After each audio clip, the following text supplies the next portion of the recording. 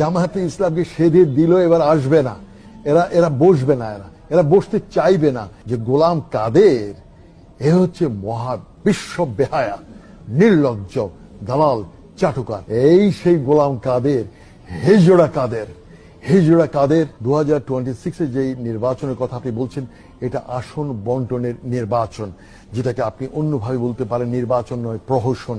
আসন ভাগাভাগি অলরেডি ফাইনালাইজের পর্যায়ে চলে গেছে, চূড়ান্তের পর্যায়ে। জামায়াতে ইসলামকে 80 আসন অলরেডি দেওয়ার জন্য হাতে পায়ে ধরে বসে আছে। 80 আসন, 80, যেটাকে ইংরেজিতে বলা 80 সিটস।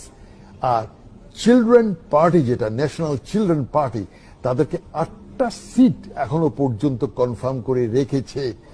আর বিএনপিও চাইছে মেজরিটি তারা পাওয়ার নিতে। তবে আবার বলে রাখছি, যিনি ক্ষমতায় আসুন, জামায়াতে ইসলাম,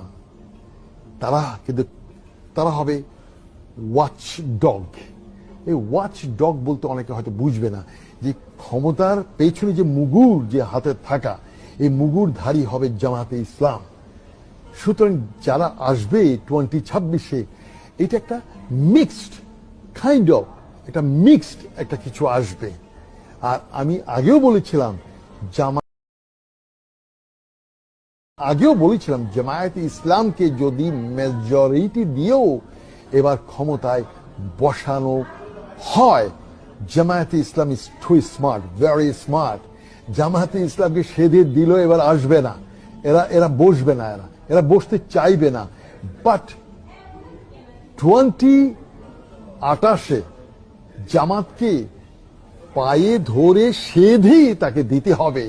কারণ এই যে ট্রানজিশনাল পিরিয়ড, এই যে 2026 এবং 2028, এই 2 বছরের যে মাঝখানে যে ট্রানজিশন, যে সরকার আসবে, সেই সরকার তার কাঁধে কিছু কলঙ্ক, কিছু দায়ভার, কিছু ব্যর্থতা নিয়েই তারা বিদায় হবে।